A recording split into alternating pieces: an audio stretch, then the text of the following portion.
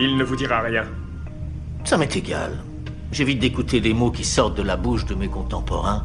Les études sont formelles. Les gens mentent comme des arracheurs de dents, au moins 3 fois en 10 minutes de conversation.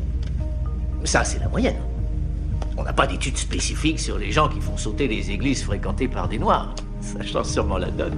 On perd notre temps, c'est pas un scientifique qui va le faire parler. Même nous, on n'en a rien tiré en 4 heures. Si on en croit le FBI, vous voulez tuer un maximum de Noirs. Les fédéraux ont donc commencé à passer les 2 plus grosses églises noires de l'État au peigne fin. Ouais, mais voilà. Le FBI a tout faux. Moi, j'ai une autre théorie. Vous avez choisi quelque chose de plus raisonnable. J'ai comme l'impression que c'est plutôt une petite église dans l'un des quartiers noirs. Vous êtes à côté de la plaque. Ne lui répondez pas. Ça vaut peut-être le coup de fouiller l'église de Southbridge. Non, je plaisante. Je sais bien que c'est pas la bonne.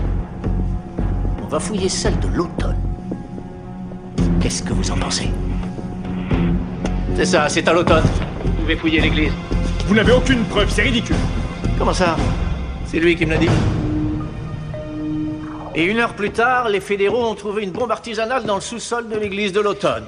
D'après un copain au Pentagone, ce type a une case en moins. Il a passé 3 ans avec une tribu africaine pour voir comment il remue les sourcils. T'imagines? Observez bien sa réaction. Les fédéraux ont donc commencé à passer les 2 plus grosses églises noires de l'État au peigne fin.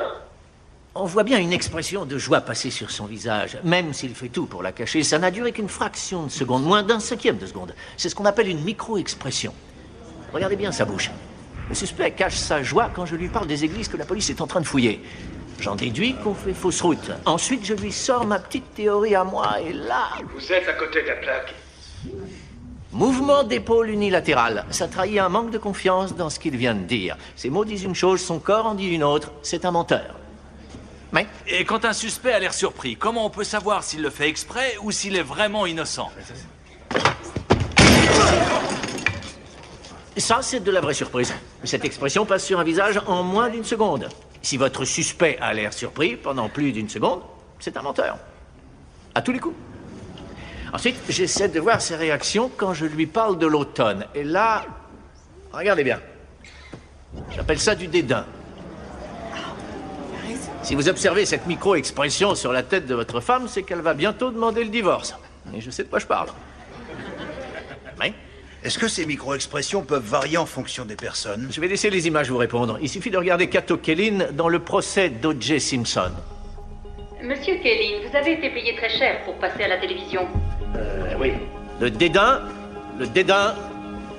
et voici le roi du dédain.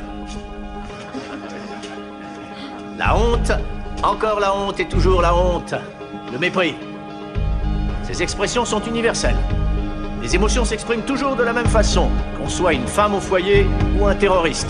La vérité est écrite sur nos visages.